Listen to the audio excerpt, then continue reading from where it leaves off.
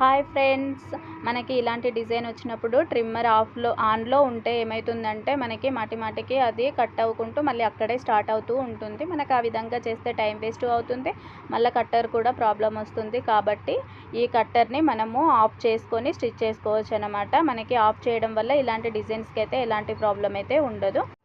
ఇప్పుడు స్క్రీన్ పైన hand symbol ఉంది కదా, హ్యాండ్ సింబల్లోకి వెళ్తే ఇక్కడ యూజర్ సెట్ ఓపెన్ చేస్తే ఇక్కడ మనకి సెకండ్ పేజ్లో వచ్చేసి మనకి trimming of, turn off trimming ఉంటుంది కదా, అది ఈ విధంగా నో అని ఉంటుంది. అంటే ట్రిమ్మర్ ఆఫ్లో లేదు అని అర్థం అన్నట్టు.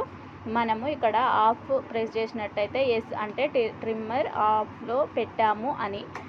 ఈ విధంగా ఆఫ్ చేసి మనము బ్యాక్ వెళ్ళి మళ్ళీ ఆటోమేటిక్గా మనం ఆన్ చేసుకున్నట్టయితే చూడండి, ఈ విధంగా మనకైతే థ్రెడ్ బ్రేక్ అవ్వకుండా డైరెక్ట్గా అయితే వెళ్ళిపోతుంది. ఈ విధంగా మీరు ట్రిమ్మర్ ఆఫ్ చేసుకోవచ్చు.